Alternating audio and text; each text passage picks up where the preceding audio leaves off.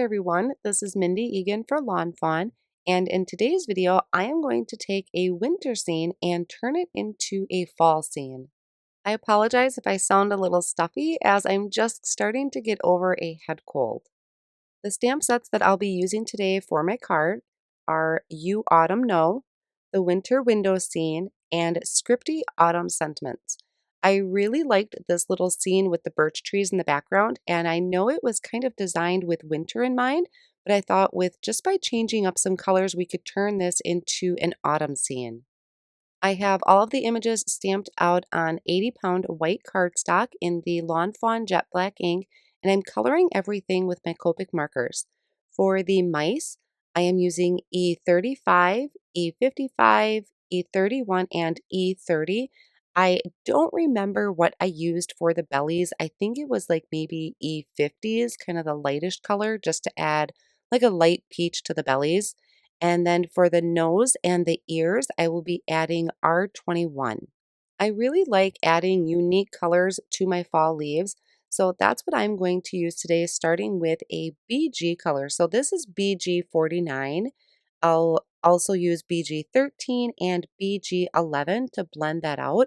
And then I'm also going to go to my pile of leaves, and I'm just picking a few out of that bunch, and I'm making sure they're not touching each other, so they're kind of spread out throughout the pile, and just using those same three colors to blend that out. Then I will move on to a deep orange. So for this one, I am using YR09, 04, and 14. Once again, just picking a couple leaves out of the pile and making sure they're not touching each other so they're spread out.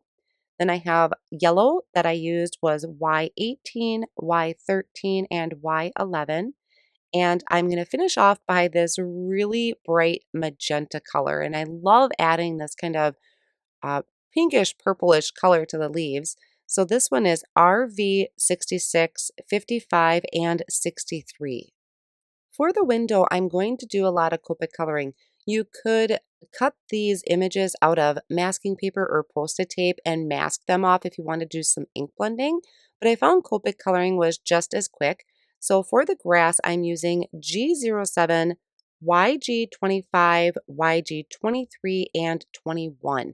And you can see that it does show the lines of the marker quite a bit, but I'm going to come back in and add a second layer. And once that cardstock is really nice and wet from the Copic markers, it does blend together a lot better. It's a little trickier when you have such a large area, but that's where I like to come over and, well, go over it twice. Now for the background, I really wanted kind of a pinkish, orangish sky. So on the bottom, which is closest to the grass line, I did R22, 21, and 20. Then I flipped my cardstock, and starting from the top, I am using YR04, 02, and 01. So my two lightest colors are going to kind of meet in the middle and blend together real nicely. I'm going to work on just one section at a time, so kind of in between the trees, and continue using those same colors, starting with the light reds and then moving into the orange and blending those two together. I think this makes a really cool autumn background, and I just left the birch trees white. I didn't add any shading to those at all. I could have added maybe a warm gray or a light gray, but I was happy with them being bright white. Then I just lined up all of the coordinating dies and I ran in through my die cut machine. And now I'm going to work on the sentiment. So I did die cut out that window. You don't necessarily have to if you want to have more of a flatter card front or more of a one layer style card. I could have just stamped that right on the card front, but I wasn't sure if I wanted to add dimension to that window yet. So I did die cut it out. I lined it up on my card front, which is 4 1/4 by 5 1/2, so I could stamp that additional sentiment towards the bottom. Now I did stamp out one of these little speech bubbles, and I'm stamping in the thank you, just using an acrylic block so it was a lot easier to manage that small stamp set. For the thanks sentiment that I had stamped and die cut out, I also die cut out that thanks from just plain white cardstock. I die cut it out twice and layered it together with some liquid glue. And then I can bring in the stamped one that I die cut out. That's going to add just a little bit dimension to my sentiment. And it's a lot easier to do it this way than it is to try and trim down foam squares and add that to the back of those skinny areas. So now I can just take my tape runner, I'm adding tape to the back of my window. Now, in the stamp set for this winter scene window, there is a couch and there are some curtains, I think, somewhere too that go with this. And I thought about doing that. We're setting this scene where we're looking out to the window, but I really liked the simplicity of the design of just having that window there and then adding my cute little critters. After I attached my thanks sentiment down at the bottom, I'm going to start bringing in my other images, starting with the leaves. So my pile of leaves, I'm going to add right off to the corner there with a tape runner.